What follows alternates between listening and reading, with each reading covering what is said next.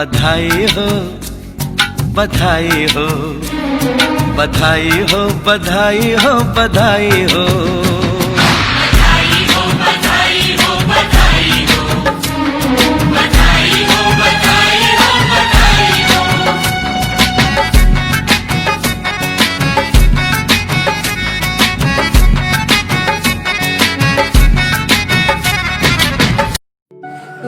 के बाद में मैंने जैसे कांस्टेबल के पद में चयनित हुई थी, उस टाइम मेरे पास में कोई डिग्री वगैरह नहीं थी। मैंने 12वीं पास कर रखी थी, तो मेरे पास में कोई ऑप्शन ही नहीं था कि मैं कोई आगे तैयारी करने के लिए कुछ करूं।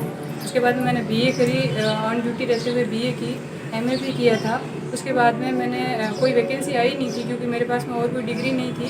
तो 2016 में जो सब इंस्पेक्टर की वैकेंसी आई थी उसमें मैंने फॉर्म भरा था और मैंने ड्यूटी के दौरान घर का पारिवारिक सामंजस्य बनाए रखते हुए और ड्यूटी में भी जितने ड्यूटी करने के बाद में जितना टाइम मिलता था उस टाइम को निकाल कर मैंने पढ़ाई की और उस पढ़ाई की बदौलत ही आज मुझे ये सफलता हासिल हुई। पढ़ाई का समझ इसमें मेरे परिवार का भी सहयोग मिला, जैसे बच्चों को रखने करने में या और कोई थोड़ी बहुत प्रॉब्लम आती तो उसमें, और बाकी जैसे भी ड्यूटी होती थी उसके बाद मैं टाइम एक्स्ट्रा निकालती थी घर पे, जैसे काम काज को कम करके या और भी जितनी ड्यूटी थी उस ड्यूटी से आते ही पढ़ाई करने लग जाती थी। उस संघर्ष के बारे में तो क्या कहूँ, वो तो संघर्ष से तो बहुत ही बड़ा संघर्ष था कि मेरे माता पिता को भी ये पता नहीं था कि शिक्षा के बारे में इतना महत्व का पता नहीं था कि शिक्षा क्या है, उनका महत्व क्या है। पर मेरे एक बड़े भैया थे, उन्होंने 12वीं की थी तो वो 12वीं फेल हो गए थे। मेरे परिवार की आर्थिक स्थिति बहुत ही ख़राब थी, माता पिता को पता नहीं था। तो भैया फेल होने के बाद उनको लगा कि भाई मैं तो पढ़ाई नहीं कर पाया, पर मेरी जो सिस्टर है और मेरे जो ससुराल की स्थिति भी मेरे आटे साटे में है, तो उनको पता चल गया कि ससुराल की स्थिति क्या है, वो भी इतनी ज़्यादा अच्छी नहीं थी। तो उन्होंने पढ़ाई का ये ठान ही ली कि सिस्टर को पढ़ाऊँगा।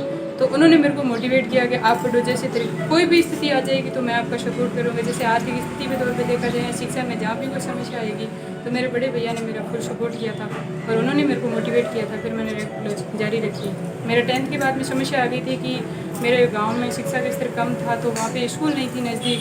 तो सबने बोल दिया कि स्कूल नहीं है तो अब क्या, छुड़वा दो, घर का काम काज करते रहेंगे। भैया ने कहा नहीं छुड़ाऊंगा तो नहीं। मेरे को पूछा आप पढ़ाई कर लोगे क्या? मैंने कहा कि बिल्कुल करूँगी पढ़ाई, मेरे को जैसे आप करना चाहोगे प्राइवेट या कहीं नवोदय के लिए। तो नवोदय वाली सीटें फुल हो गई, वहाँ मेरे को नंबर मतलब सीट नहीं मिली थी।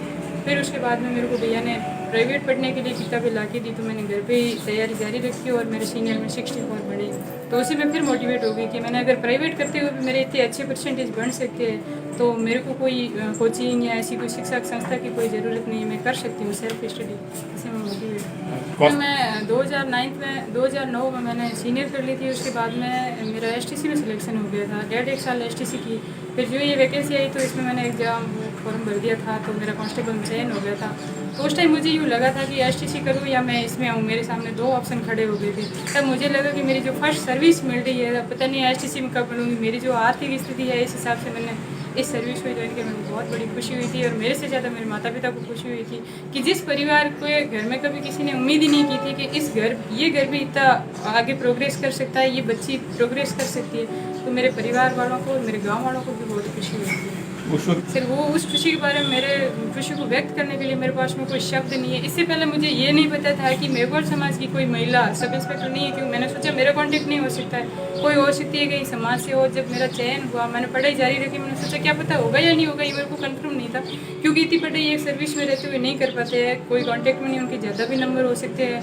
इसके बाद में जैसे जैसे आगे स्टेप बढ़ते गए, मैं स्टेप पार करते गई और लास्ट में जब ये चयन वाले मेरे पास में मिला समाचार कि आपका चयन हो गया तो बहुत बड़ी खुशी हुई। उसके बाद में जब इधर उधर चली कि आप तो महिला समाज की फर्स्ट लेडी हो जो सब इंस्पेक्टर में चयन हुआ, तो मुझे इतनी खुशी हुई जिसकी मैं मतलब शब्दों में व्यक्त नहीं कर सकती उस खुशी को।